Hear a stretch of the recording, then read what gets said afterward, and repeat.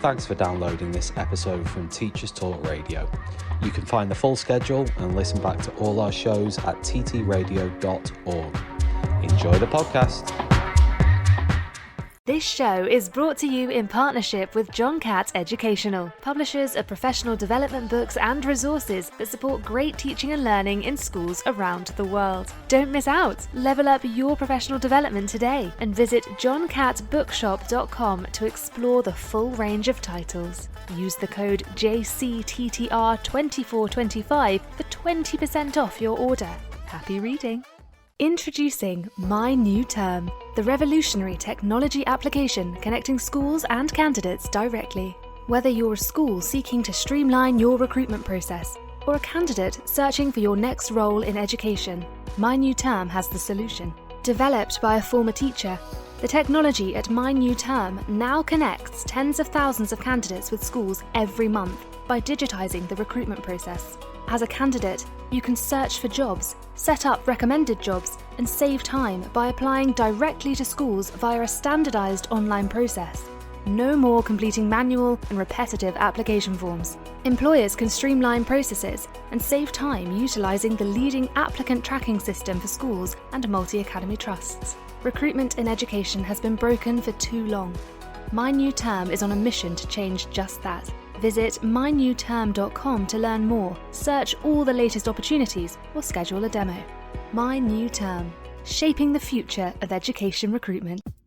Hi everyone, it's Tom here from Teachers Talk Radio, just dropping by to tell you about our annual history teaching extravaganza, Teachers Talk History, which is coming at you live in Manchester on the 21st of September. The tickets are completely free for classroom teachers, amazing speakers, brilliant contributors, and a fantastic opportunity to network with fellow professionals. Grab your free ticket today at ttradio.org/events, and we will see you there. Welcome to Teachers Talk Radio. I'm Jamie Clark. This is the Saturday Show live. Today we have a really special guest who is Amabir Singh Gill, who's joining us today on Strengthening the Student Toolbox. That's our show name today and our theme today. Super excited to get into the research on Dunlosky's work. So if you're joining us live, welcome. You are free to interact with us today and shoot through any questions you might have for Singh today, which is going to be really interesting for him to answer them. And if you're not watching this live, don't worry. Obviously, this is going to be a podcast and a recording as well, and you'll be able to check that out on my playlist on YouTube and also on the Teachers Talk Radio podcast. So before we get into today's conversation with Singh, I just want to talk to you about our wonderful sponsors. In case you are unaware, we are sponsored by the wonderful John Catt Educational. John Catt Educational, if you don't know, are the publishers of professional development books. They are the publishers who are known pretty much worldwide for really practical books on professional development, including the In Action series, which Singh's book is part of. In fact, just as a little prop today, I've brought them all along for you to see. I've pretty much got the full collection, and I'm sure that Tom Sherrington will be really proud of me. So if you're watching, Tom, please give us a retweet, and please give us a like for this particular show. But yeah, this is the one we're going to be talking about today with Singh. It's really accessible, it's really practical, and if you're interested in the In Action series or any other book from John Catt, including my own, which is Teaching One Pages, which is on Amazon and the John Catt Bookshop, then please visit them. Go to johncattbookshop.com. You can explore the full range of titles, and guess what? On your screen, you've also got the code JCTTR2425, and you can get 20% off. 20% off your order. So please hop on to the website, check it out, and order away, because I know that most of you who are watching are on summer holidays, and I'm not. It's raining here. I'm in Perth. The weather's not great. It's winter. And I'm seeing all these posts from social media about holidays abroad in Spain, in Greece, and wherever, and I'm getting a bit jealous. So if you can, order yourself some books to read on your holidays. Okay, so let's just swap back to a reminder about this show, just in case that you're unaware. This show runs every other Saturday, and that's on 1 p.m. till 2 p.m. roughly in the afternoon, and that's UK time. So please join me. I try to keep things consistent in terms of teaching and learning talk, and today is no different. We have Amabia Singh Gill with us today, and I just want to introduce him quickly before I bring him into the virtual studio. So I'm delighted to welcome him today. He's a passionate teacher, or ex-teacher, but now works with the Ambition Institute, and he's a former secondary maths teacher, by the way. He has authored, obviously, this popular book, which I mentioned before, which is Dunlosky's Strengthening the Student Toolbox in Action, super popular through John Catt Educational. He speaks regularly at some major conferences like Research Ed. I know he's done that before. And as an evidence lead in education with Greenshaw Research School. Singh focuses his application of educational theory and cognitive science to improve classroom practice. So that's why I wanted to bring him in today, because he's a like-minded person. He loves the things I love and things that work in the classroom. So I want to bring him in right now. Let's see if we can get him on stage. Singh, can you hear me? Rookie mistake. Forgot to unmute myself. I did that as well. Don't worry, I did that for the first time today. I was kicking myself in my head, but look, I think I got away with it. How you doing, Jamie? You all right? I'm good, thank you. How are you? Yes, very good. Thank you. Are you on summer holidays as well? Well, I work for Ambition Institute, so we don't get summer holidays at the moment as such. It's a bit quieter because obviously all the teachers are off, so there's no one external to work with. But yeah, still working at the moment, but it's a bit more flexible. Interesting. Okay. So just again, I mean, I know I've kind of given a bit of information about you, Singh, but do you want to give the viewers then just like an overview of your journey in education? Because we were talking, weren't we, just before we came on live, about your journey, but it's quite an interesting one. Do you want to explain to the viewers where you're at? Yeah, I almost, in truth, I almost like sort of fell into research-based practice. So I started training to teach about 10 years ago, give or take. And my university tutor when I was training was Peps McRae. And it's quite funny at the time because I didn't know him as, Peps McRae Edu Guru at the time. I just knew him as, Peps my uni tutor. But he was obviously a brilliant tutor, as I'm sure anyone who knows Peps can imagine. And we kept in touch after I qualified as a teacher. And he was working for what was then called the Institute for Teaching, which later merged and became Ambition Institute. And with some fantastic colleagues there, set up a master's program. He knew I was interested in doing some sort of master's. And so he put sort of, not so gently, like pushed it in my direction and said, this is going to be brilliant. And it was one of the best decisions I ever made. Like during that master's, got to work with some fantastic colleagues. Steve Farndon, Emma Lark, Nick Rose. Yes, absolutely amazing people and learn from them.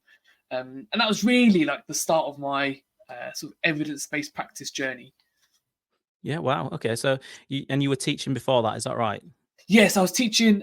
Teaching during the master's. So it was a part-time master's. So I carried on my teaching whilst I was doing that. It's a 2-year course.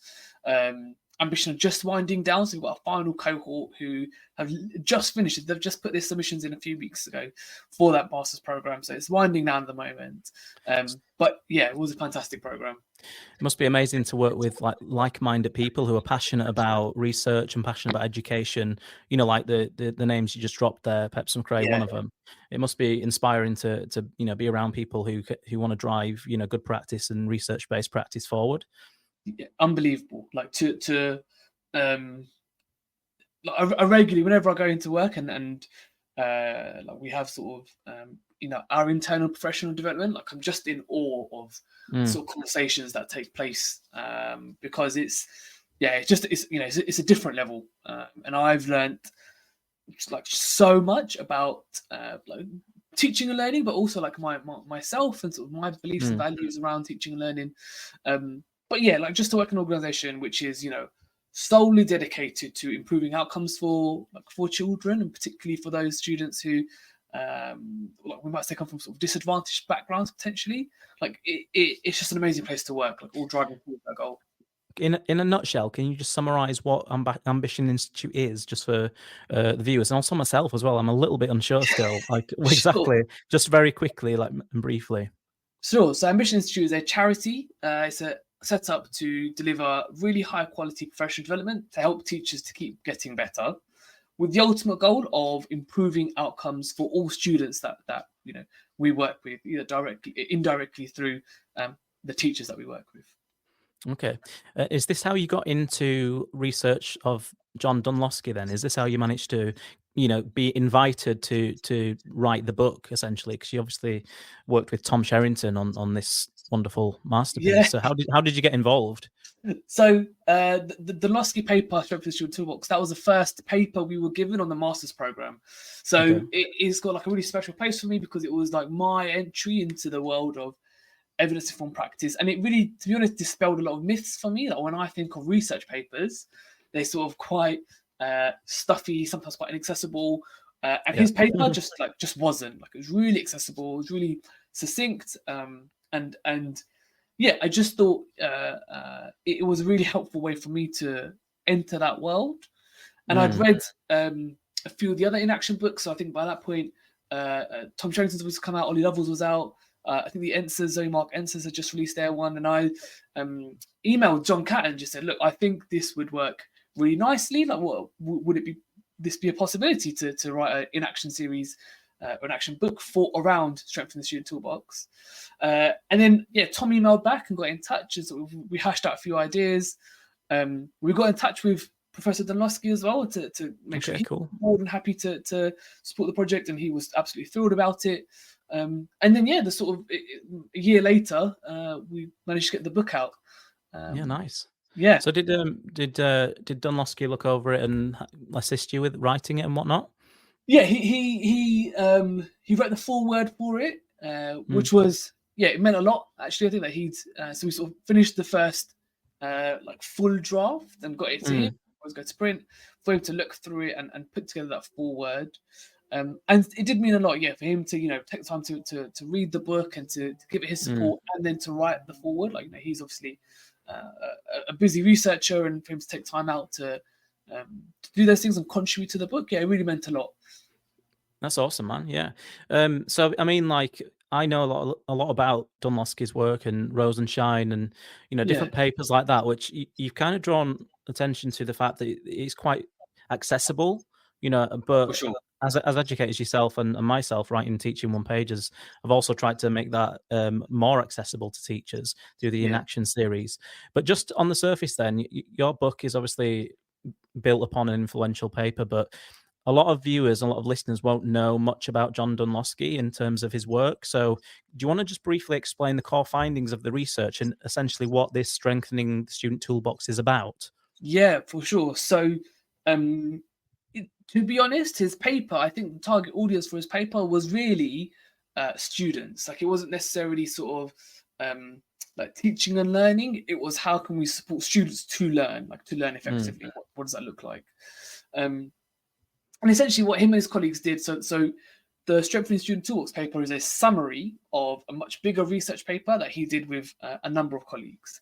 And what they did was they looked at 10 revision strategies, like studying strategies, that either research suggests are really effective or students have said are really popular. So you've got things like writing in there, underlining, rereading as some of the popular ones, and you've got practice testing, distributed practice, things like that as some of the more effective ones that research has looked into and built up over the last few years / decades. And what they basically did was to figure out, well, A, what's the link between what the effective ones are and what the popular ones are, and also how effective are all of these, like, regardless of them being popular or not, how effective are they? And they grouped them into 3 categories. So, like, the most effective ones, promising strategies, and then the least effective ones.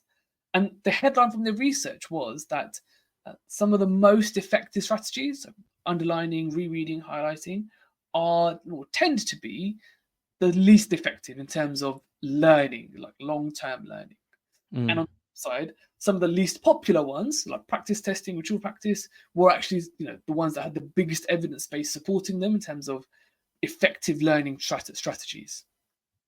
Why do you think the practice testing I suppose more unpopular? Why do you think that's the case? It's because I mean, from my point of view, I don't know if I'm going to answer your question here, but is it because people, I guess, in Daniel Willingham's work, he talks about how we don't like thinking, Yeah. because it's quite hard. Is that the reason? It's definitely part of it. So part of it is definitely like we just don't like thinking. Like, it is really effortful. We can feel even though it's beneficial, right? Even though it's beneficial, right. It's tough. Yes, yeah, right. Like, and this is like, our brain doesn't quite work in the same way as like muscles in our body, but like we can make some analogies to, like, going to the gym. Like, like, it's probably not at the time a very pleasant experience to be doing that. Like, at the very least, even if you enjoy it, it's really effortful. Like, it's exerting some effort in that process, and our bodies don't tend to enjoy exerting effort, but we enjoy like the rewards we get afterwards, right? Whether that be, It's a great analogy. I love that analogy. Right? Like, whether that be like aesthetically, mentally, both. Like, we really value those rewards afterwards. The difference with like some of the other study strategies is, like, because learning is invisible, it's really hard to see those rewards. So part of it is like, we just don't like expending effort. But the times, even if we like get over that hurdle and like we got to be like, right, I'm going to do some practice testing, we don't always get the rewards because like we'll get stuff wrong, or we'll spend ages doing it and like it just won't stick. Whereas if we do something like underlining, like, A, we haven't spent much effort, like I can do it pretty passively, and B, it makes us feel really good. Like, I've just got all of this right. So, that classic one, and I was guilty of this when I was a student as well. We'll have a textbook, we'll open it up, and we'll like highlight the page, close it, and then try and recall everything we've just highlighted. And magically, like, we can do all of it, right? Like, we can just recite that whole page. And so there's a real like false sense of security that some of these less effortful strategies provide, which is really difficult to like not be tempted by. And does that sorry to interrupt? Does that tie into Bjork's work then on performance and learning? Yeah, exactly that. So like the idea that performance in context can mean very different things. So I might do a retrieval quiz and get 7 out of 10, but if I've really effortfully had to try, and those 7 correct answers I've got, I'll probably retain those 7 correct answers for longer than if I had just like highlighted them in a passage of text. But like on the surface of it, I've got 7 out of 10, right? Like, I've got 3 things wrong. Whereas if I highlight something and then test myself, I'll probably get like 100%, if not more than 70%. Yeah. And different performances, which we make inferences about our learning on, and it's really counterintuitive to say, well, the one that I've done worse on is probably going to be better for me going forward. Like, it's just really counterintuitive. And so, we're teachers, we live in with teaching and learning, and even for us, it might sound a bit strange. And we're asking students to like try and understand some of these strategies. It's a challenge in and of itself. So we'll come to how you would advise to introduce these strategies to students a bit later. But are there any other strategies you mentioned? Because Don Losky categorized them into 3 areas, right? Which were most effective learning strategies, strategies with much promise, and less useful strategies. So are any of those strategies ones that we should completely avoid, or get students to completely avoid because they're completely useless? Or do they all have a place? Yeah, great. Like, and I think you've hit the nail on the head with that last bit there, really. Like, part of the conversation I had with Professor Danowski when I was writing the book was about emphasizing like this. He really intentionally used the word like effectiveness rather than like good or bad. Like, there's no such thing as a good strategy or a bad strategy. Yeah. If I'm doing some practice testing and I just can't retrieve anything, right? Like, I'm just drawing blanks, 0 out of 10, 1 out of 10, whatever it is, then I'm not really benefiting from it. Like, if I can't retrieve anything, I'm not going to get the benefits of retrieval practice. And so at that point, it might actually be better for me to just go back to my notes and do some rereading and do some right. And like, or look at my notes and then try and put them away and test myself immediately afterwards. But the point he makes is that shouldn't be the end point, right? Like, highlighting really, they're really helpful starting points or we might need even if it's called a jump start, like we're just struggling, so we need a jump start, but they can't be the only thing we rely on. Yeah. There has to come a point where we switch and do some of those more effortful activities, like space practice, like practice testing, like potentially interleaving if it's appropriate as well. Yeah. So, like, I wouldn't ever say to students, like, never do this. I think it gives a safety blanket. I think is the word that Donowski uses in his paper. But it's not it's important to my students. Like, this isn't your end point. Like, this is a starting point. Might even be a jump start, but it can't be where you finish and how you continue to do it. Interesting, yeah, because I often, or have done before, I said, rereading, highlighting, it's ineffective. Don't do it. But after reading your book and what you've been saying there, it's everything kind of has a place somewhere depending on what the context is. So that's really interesting. So let's move on to the most effective learning strategies then now, Sing, because this is the category of everyone wants to hear, isn't it? What do I do in the classroom to make it as effective as possible so students learn? So practice testing is highlighted then as an effective strategy in Donowski's work, isn't it? So can you explain why it works? I know you've touched on it a little bit. And are there any case studies, any examples you can give? Because I know that your book illustrates a lot of the, these practices with concrete examples. Do you have any of those? Yeah, actually, I think the one that I find most powerful is the experiment that they talk about in the larger research paper. And the one I discuss in my book as well. So what they basically did was they put students into 3 groups and gave them a passage of text to read. All 3 students had a passage of text to read. The first group got 4 opportunities to read the whole passage of text. The second group had 3 opportunities, and their 4th opportunity was a test. And what the test was basically, write down everything you can remember about the passage of text you've just read. The final group still had 4 opportunities, but only 1 opportunity to read. So they read it once and then had 3 opportunities to test, to write down everything they could remember. After that, for 4th opportunity, whatever it was, they were asked to redo that test and write down everything you can remember. And the group that got to read it, more times did better. So the more times you read it, the better you did. Okay. They then tested them a week later and asked them to do the same thing, and the results completely inverted. So actually, the group that got to do the least reading did the best a week later. And this, it just blew my mind, particularly because the group who could read it 4 times, they had access to 100% of the material 4 separate times. The group who could only read it once, well, all they could access was whatever they'd been able to recall the previous time. That's all they could go back and remember. So they didn't have access to 100% of the material, and yet they remembered and retained more of what they learned in the long term. And I thought that was really powerful because there's a difference between I used to fall into that trap of well, I've covered it, therefore it's been learned.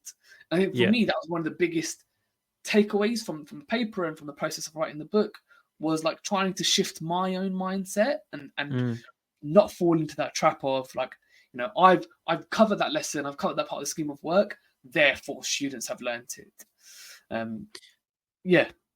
So how would you encourage teachers to embrace that research then on a practical level? What would you get them to do in the classroom based on that? Yeah, I think there are a few ways of doing it. And to be honest, I think a lot of teachers probably do it without necessarily calling it retrieval practice or practice testing. I think that's fine. I don't think you have to put a label on it.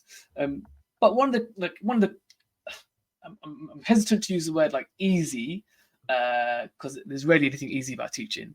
But one of the ways you can do it is using a starter activity, which goes back and covers previous material, right? And teachers probably do this, like I said, quite regularly without necessarily calling it practice testing or retrieval practice.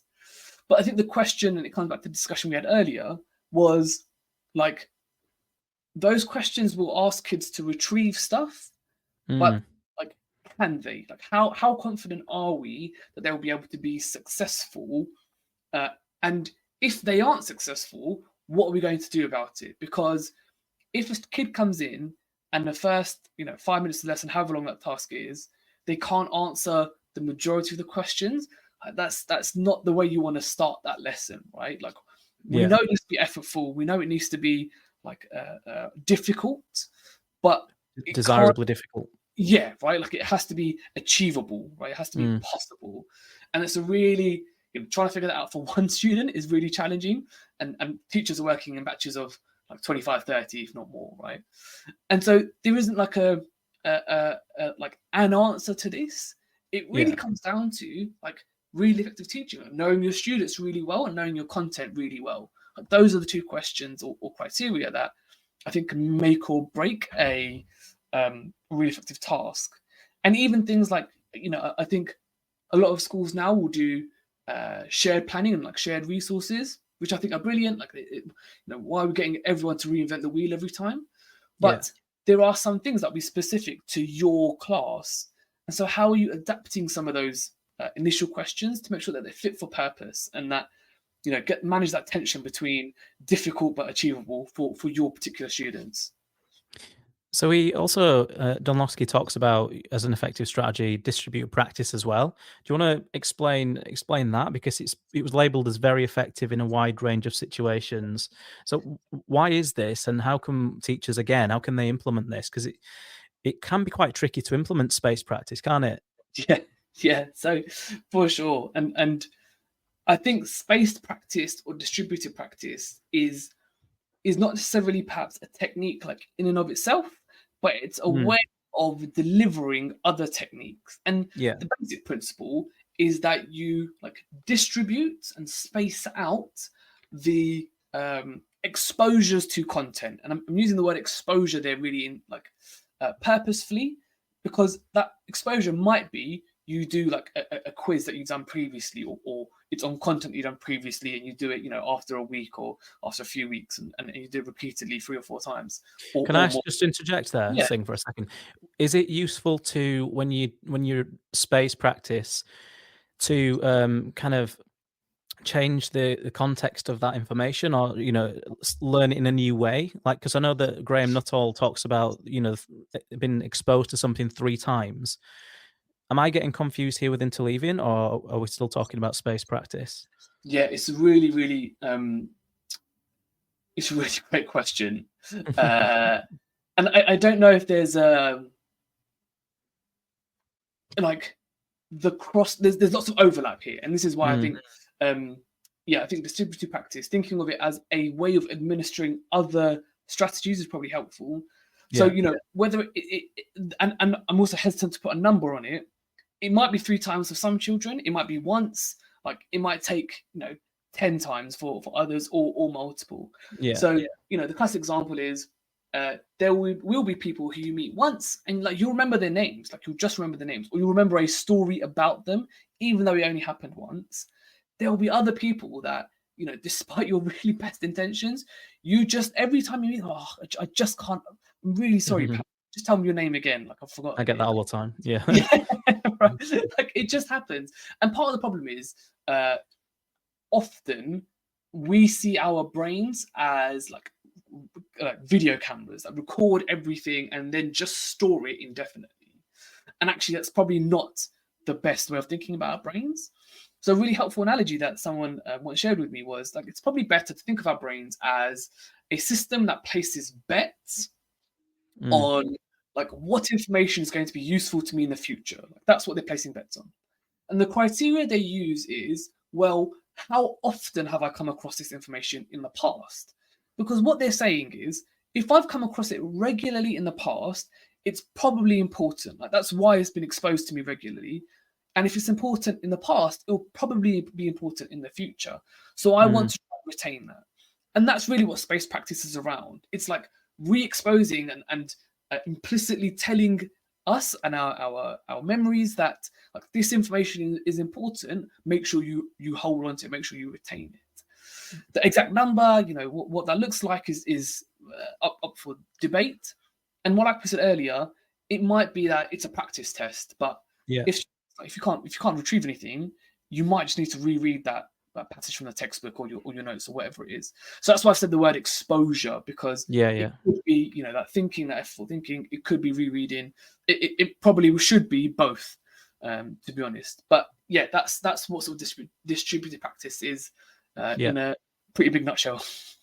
Which is it's really important for the planning phase, isn't it, of a curriculum, as to make sure that we planning ahead for a knowledge-based curriculum as opportunities for students to return and space their learning, which comes back down to collaboration and working with teachers in your department to ensure that students are not just doing it once and it's forgotten about, but they're having that opportunity to revisit. But if we talk quickly then about the strategies with much promise. So Donlosky, he labels that as his category, strategies with much promise. Interleaving, and I think is it elaborative interrogation as well, isn't it? So do you want to talk a little bit about interleaving and how it shows promise, but it's less commonly used? Sure. Do you want to speak to that? Yeah, sure. So I think it's worth bearing in mind here that that paper is about 10 years old now, and at the time, the research around interleaving was relatively limited. So part of the sort of reasoning for putting it in like this category of much promise is it's like where it has been tested, it seems really effective, but that evidence base is quite narrow in that it's quite limited, and also it's not been tested like particularly widely, so across lots of different phases and subjects. But what they said was interleaving stands to be really beneficial when you are trying to teach something that is really similar to something else. So I might be trying to teach fractions, and let's say I know inherently, because it happens every single time, students will always mix up how to do the different operations of fractions. Like it just happens all the time, and every subject will have that thing, right? That like students will always mix these two things up, or three things, whatever it is, right? Yeah. And what interleaving does is it brings those things together. So rather than what I would have done previously, which is I would have taught how to add and subtract fractions and probably grouped those, and then taught multiplying and then taught division and then move on. Yeah. What we do now is like still teach them, but at some point is mix all of those problems up, right? So I'll give students a task which involves all four operations in a completely random order. And what it does is it forces students to retrieve the technique. So you've got like sort of the benefits of retrieval practice in there, but also it forces students to think about, well, why am I doing this technique for that question and this other technique for that other question, right? And that like compare and contrast effect is what research suggests is like the really key driver behind interleaving. And for anyone who's sort of like interested in interleaving, I'd signpost you towards Professor Jonathan Firth. He's got a brilliant blog. He's a researcher based up in Scotland, in the UK, but he's written a lot about interleaving. Like it's his area of research, and he's got some fantastic blogs that sort of delve into this a little bit more. But yeah, interleaving in a nutshell is where do students mix up really similar and related things, and how can I make those differences really explicit and force students to discern between them and between the context in which I should use one and not the other. So would it be a case of after doing those problems and in class, like discussing those connections as well with students and, having that dialogue to make it more explicit? Because I feel like, it needs reinforcing, and to make it more explicit in terms of the actual connections students are making when they're working on these problems. Is that right? Yeah, absolutely. Like, I want students to be really clear on, well, why are you doing it this way and not that way, right? So if I'm teaching them about fractions, I want them to know that like they only use a common denominator when they're adding and subtracting, and that's the only situation. So when I'm teaching the multiplication division, I'll be explicit and say, like, you are not going to use a common denominator here. That's only for addition and subtraction. It's often implied, and it's definitely something I was guilty of when I was like early on in my career, like the curse of the expertise, like things we just take for granted, or I haven't used a common denominator in my working, so kids will figure out that you don't use a common denominator. But you're right, like we have to make that sort of thinking really explicit and really clear for our students. Which means that you could probably embed those connections or reinforce those connections in a starter activity or a retrieval practice test. So you're kind of combining the strategies with much promise with the effective strategies as well in that case. Yeah, absolutely. And interleaving is one where it sort of like the mechanisms that underpin interleaving are sort of, potentially a bit of space practice, potentially a bit of practice testing, potentially a bit of like sort of compare and contrast. There's sort of a few different elements that to what makes interleaving really effective. So can you talk about elaborative interrogation now, Singh? Because this is obviously something I've looked at because I've put it in my book in Teaching One Pages, Yeah. and I've used it in the past, but it's one of those things that's quite tricky to implement into class. Do you want to explain what it is and maybe give an example of how it can be used? Yes, in fact, I'm going to do what I did in the book and combine it with self-explanations. Yes, So, yeah, and again, this is one that I reckon teachers probably do, just don't put a name to it, right? And I don't think yeah, you necessarily have to. But essentially, it's getting students to think about, well, what and why. So, if I'm writing an equation up on the board and I write like the next line of working, getting students to think about, well, what has happened? What's happened between the first step and the second step? Now, that might come from me, and I might explain that initially, but at some point, I want students to be able to explain that. And the reason I want them to be able to explain that is because I want them to understand why this is happening. Like, you can describe what you've seen. So, like, I've taken 4 from this side, I've taken 4 from this side. That's like elaborating on what I've done on the script on the board because it's not on there. yeah. The next question is, well, why have I done that? Why have I not, added 4 or times by 4 or done something else with that 4 instead? And what we're getting students to do is to like look at the deep structures of the concepts we're talking about and beyond the sort of surface features. We might start there. We probably should start there. But if all we ever teach students is like surface features of problems, their knowledge is going to be really limited. They won't be able to identify like the connections between concepts and across concepts because they just can't see them. They haven't been taught them. So elaborative interrogation gets students to add in additional information that isn't present in what's in front of them. So it might be tying in with prior knowledge. It might be, so if I'm teaching, let's say I'm teaching algebraic fractions, for example, and I'll simplify like an addition question and I say, why have I done this? What's been done here? Can you link it back to when we did like fractions with numbers in? I'm getting them to interrogate and elaborate on what I've done on the board by linking it to their prior knowledge. Self-explanations are then, well, why explaining it to themselves, why has this happened? And that's a bit tricky, because we don't know what students are thinking, right? Like they could be thinking about anything at any given point in time. And so the tricky thing with self-explanation is trying to get insight into students thinking. And Yeah. you can use mini whiteboards, you might use like peer feedback if you've got the structures there for it. But that thought process is what's important there and being able to check it. I think just jumping in there, I think a lot of these mechanisms used to explore what students are thinking needs to be embedded in a good routine and solid routines in the For classroom, sure. doesn't it? Yeah, For 100%. example, like self-explanation, if the students aren't trained in it or rehearsed it before, it can be quite a difficult thing for them to do if it's not been modeled to them explicitly and they don't know how to do that. So I guess these strategies need to be couched in that idea of embedded routines that students are familiar with and rehearse and practice. Would you agree with that? Definitely. And really it's the premise of Noski's paper. Like he says in it, we spend lots of time teaching students what they need to learn, but not necessarily how they need to learn. And that's just as important. And just as, it takes time to teach students, we build up a curriculum of knowledge over time. Teaching students habits and different behaviors also needs to be built up over time. We spoke about this earlier. In fact, Professor Jonathan Firth, his analogy for space practice is like when you're painting a wall, you need to leave time for the paint to dry before putting on your additional coats. This is the same when we're teaching students about self-explanation or all those routines.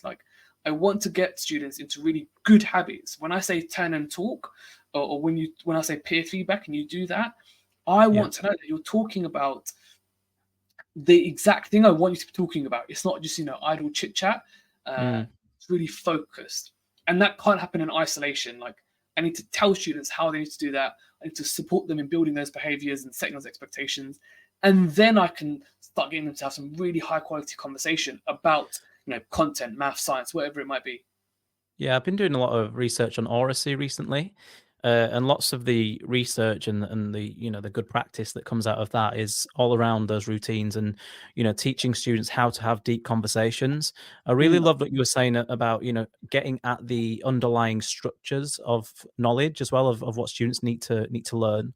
And I think that's what elaborative interrogation does really well, isn't it? Because the why and the how questions really dig deep, don't they? And they have to really make those connections.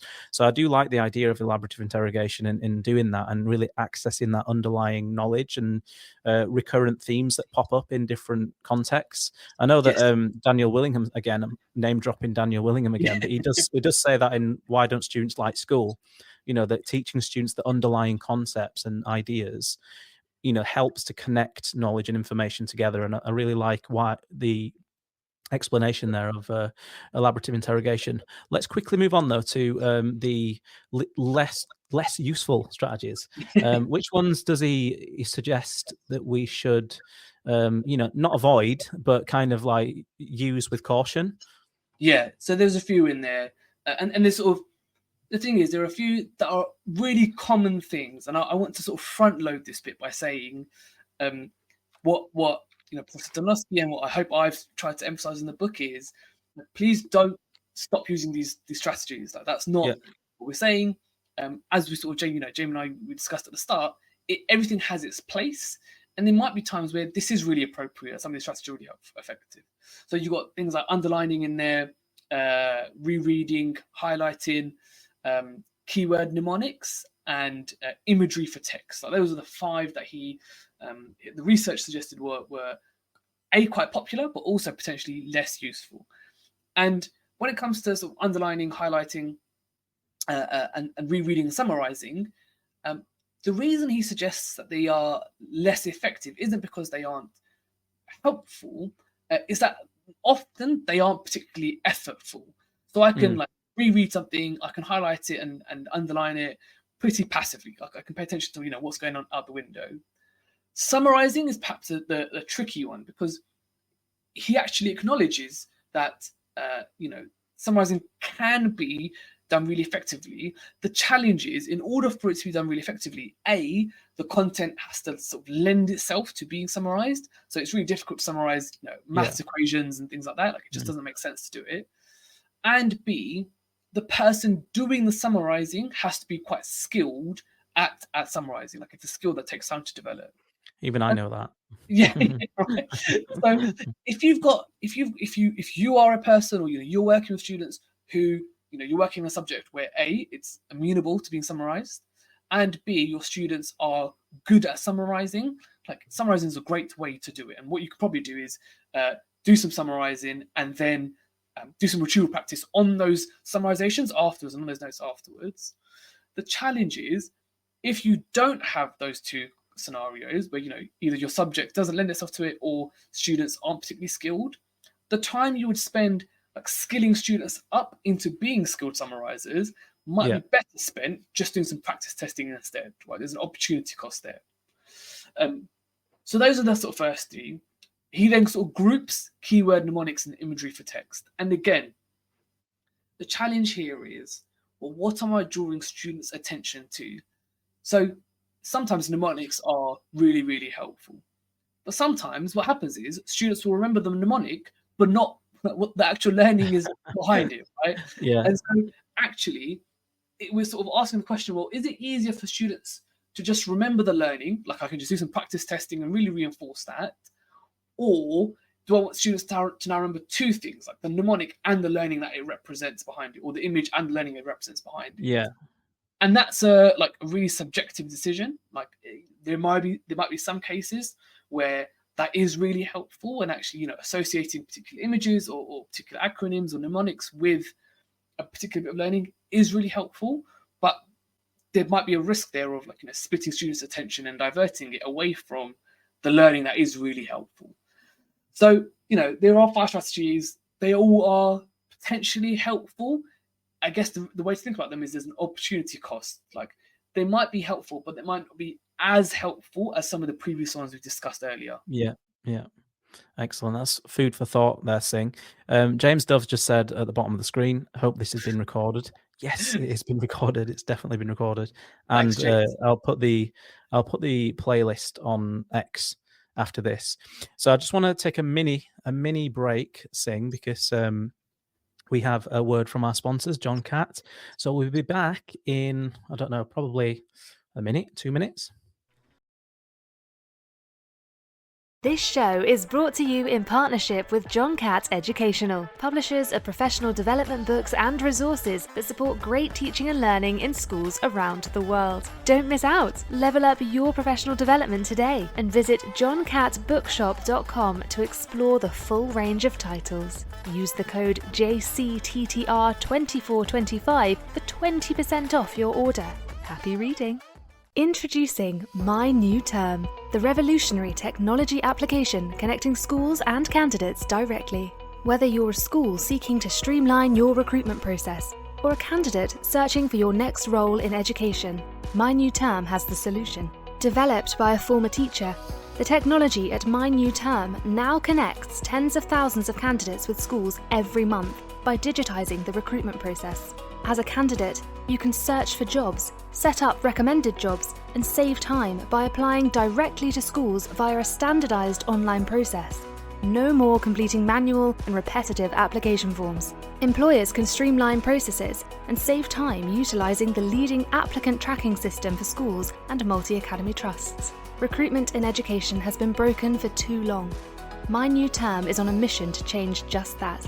Visit mynewterm.com to learn more, search all the latest opportunities, or schedule a demo.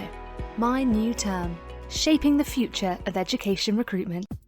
Hi everyone, it's Tom here from Teachers Talk Radio, just dropping by to tell you about our annual history teaching extravaganza, Teachers Talk History, which is coming at you live in Manchester on the 21st of September. The tickets are completely free for classroom teachers, amazing speakers, brilliant contributors, and a fantastic opportunity to network with fellow professionals. Grab your free ticket today at ttradio.org/events, and we will see you there.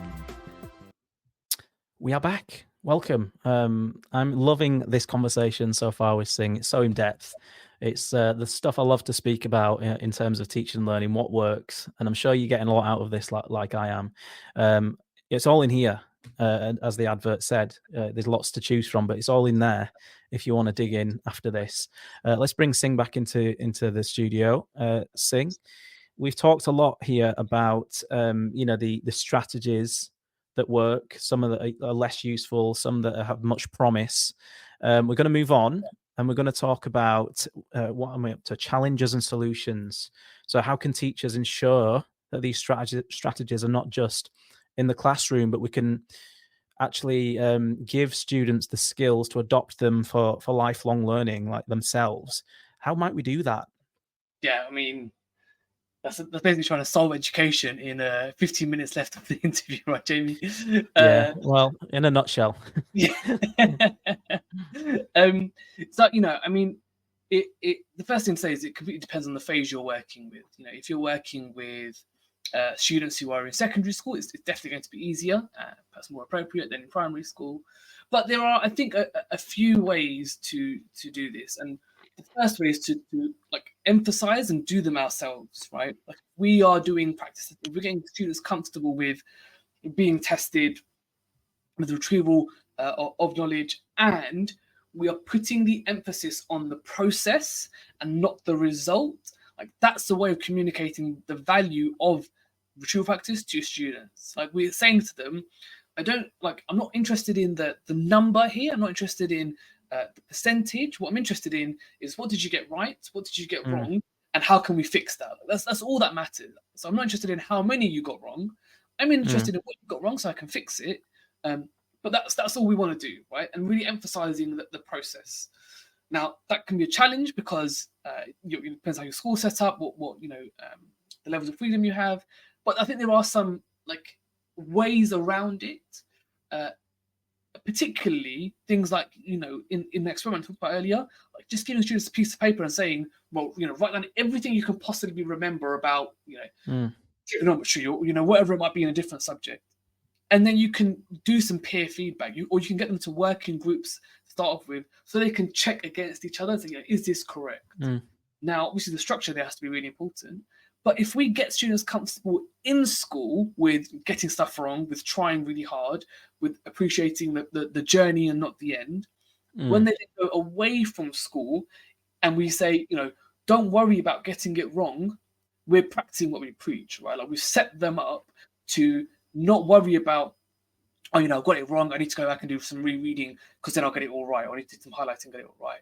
Like we've built that base for them to feel comfortable in that in that struggle. So what we can then do is, once we've built those environments, is to support students with things like, how might we develop flashcards? And again, we can always model their use in school. So we can develop, or we can get students to develop flashcards at home, but then we might bring them into school and say, right, you're going to work with your partner next to you, or perhaps by yourself. You've got your like keyword or cue word on one side of the flashcard. You have to try and record what's on the other side. If you get it right, it moves to the back of the pile. If you get it wrong, you put it to the front of the pile and you pick it up, in 2 or 3 cards at a time. And you just keep getting that process where students, are just doing stuff. And one of my old colleagues once said to me, when they were speaking to their students, it's not about practicing until you get it right. It's about practicing until you can't get it wrong. Right? Like it's about performance and learning. Like that's what we're aiming for, is not getting it right. It's until it's like impossible to get it wrong. Like that's how well we want to have got this stuff done.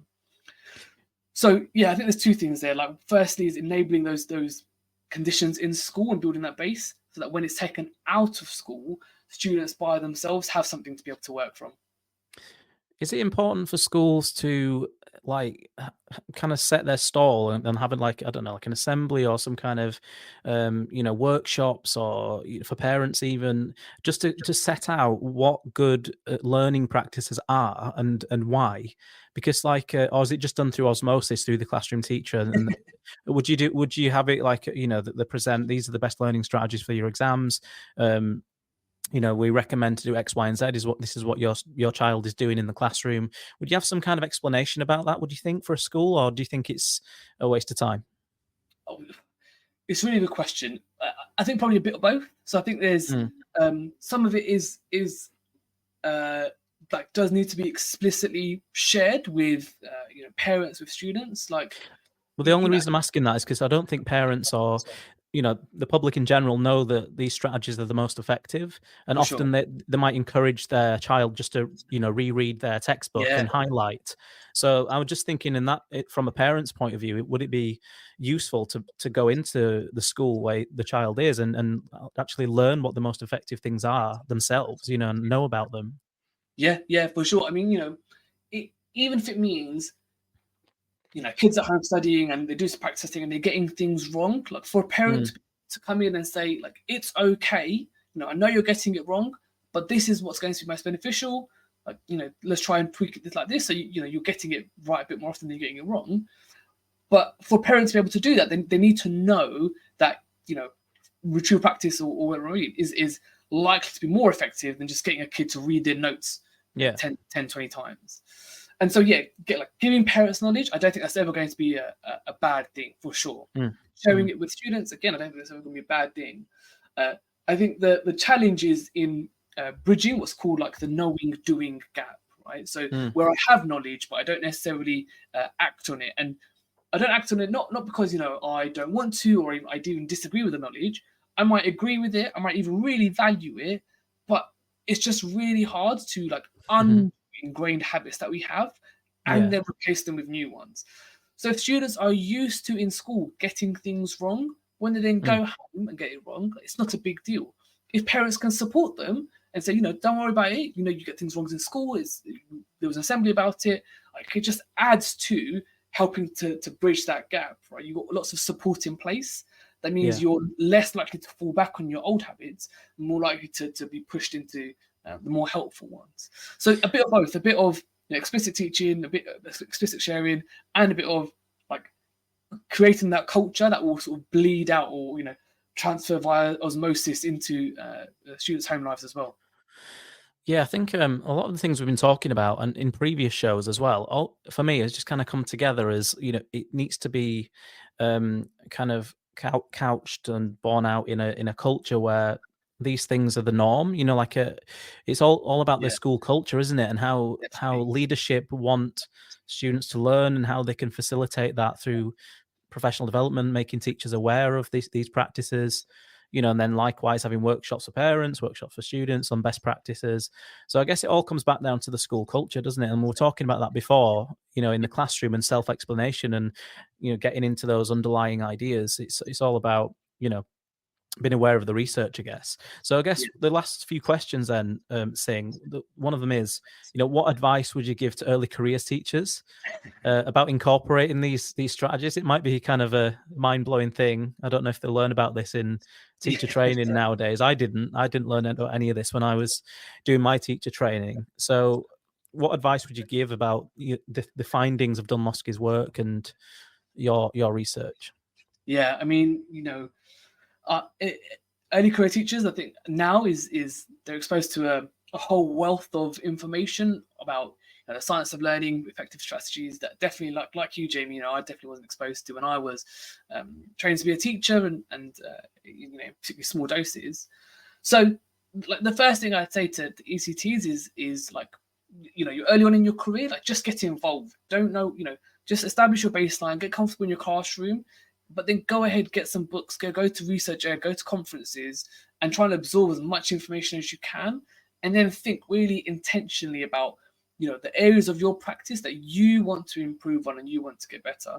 But pace yourself, right? Like, one of the mistakes I made so the first thing I did, I got Dunlosky's paper, I read through it, interleaving sounded amazing, the examples were around maths, I thought brilliant. Monday morning, went into my classroom and tried it, and it was like an absolute car crash. Probably one of the worst I've ever taught. And it's just because I let my enthusiasm like get the better of like actually getting stuck into the research and understanding what I'm doing. If I'm talking, I can have this conversation now, like 6 years on from that failed experiment. It takes time to incorporate these techniques, and even then, teaching is like it's not a short-term process, right? So like, take your time, establish yourself, expose yourself, and then like, really pace yourself in terms of what you're going to try and incorporate, but also think about why. Like, be really mindful of that looks good, so I'm going to try and do that. So that's what I do with interleaving. And really understand what's the problem you're trying to fix. So it might be my students keep forgetting stuff, or I teach stuff and students like have loads of misconceptions, or they don't understand it, or my students there's lots of low-level disruption. They can't pay attention to me because there's lots of talking. If you frame it around that, then when you try a solution, you have a measure of success to like measure your solution against. Like, do they now remember? Do they now understand? Are they now paying attention? Yeah, it changes the frame of reference when you're trying stuff. Yeah, I like that. I like the idea of, kind of narrow it down to a granular thing and one thing to work on as well, and not being overwhelmed by the research, because I think some people can be, can't they? So Definitely. Just picking out, those nuggets and implementing them in your classroom for a purpose, to solve a learning problem. And I like the instructional coaching approach in that sense, that we essentially are working towards solving an issue that's in that context or in your classroom.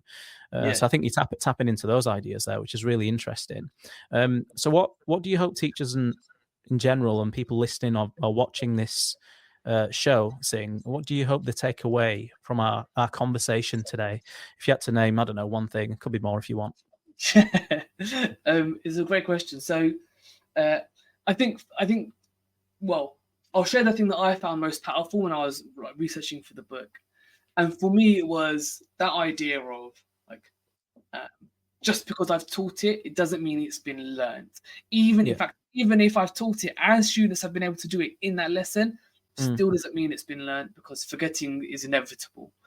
And I think that's probably the most powerful takeaway for me when I was researching, and how some of the techniques can then address that. Interesting. Yeah, that's a great takeaway as well. Just out of curiosity, what are you reading at the minute? Oh, at the minute I'm reading a few different research papers, but it's more around habit change and psychology.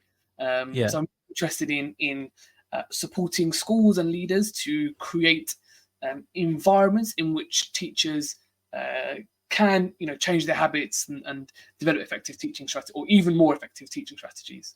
So that's why I'm reading a few different research articles in that sort of area at the moment. Brilliant. You might have to come back on then in a few weeks. Definitely, yeah, definitely. Well, we've got one more comment I just want to put on the screen before we say goodbye. It's from James again. So James looks like he's really enjoying the show today. So he said, "This is outstanding. Bravo. Agree that making the mistakes is the learning. Learners need to feel comfortable and have a regular opportunities to for feedback as well." Which is a whole different podcast, isn't it? The idea of feedback. We'll probably go do another 2 hours on that. But sure. It's been wonderful speaking Sing today. It's nearly an hour gone, but where can listeners or viewers find you if they want to connect with you? Yeah, for sure. So I'm pretty active on Twitter or X. If you just type my name into X, it will come up. You can also get in touch with me via LinkedIn. Fairly active on both those platforms. Probably the best places to get in touch with me. Awesome. Thank you. And I hope everyone's enjoyed the show today. It's been a whirlwind of a conversation. I've really enjoyed it. We've got lots and lots to take from that. And I hope that, if you're listening or watching the recording, you can write some notes frantically. And I hope you go away and buy Sing's book, which is definitely worth it if you want to implement any of these effective strategies or least effective strategies, whatever they are, in your classroom. We'll just have one more comment dead quick, just a thumbs up, I think it was, or a clap. Thanks again, James. Cheers. Big fan, love it. Yeah, it's a big fan. Okay, Sing, thank you. I really appreciate you being on the show today. I've really loved our conversation, and I hope to connect again. And thanks again. Appreciate that. Thanks for having me, Jamie. Really appreciate it. Thank you. Okay, that's our show today, everybody. I just want to remind you we're back in 2 weeks on the Saturday show live, and I'll announce the guest in the coming week or so. So again, I hope you've enjoyed the show, please go ahead and research John Dunlaski's work or check out Sing's excellent book as well. And I'll see you next time in 2 weeks. You've been listening to Teachers Talk Radio. Tune in live and listen back at ttradio.org. We look forward to hearing from you next time on Teachers Talk Radio.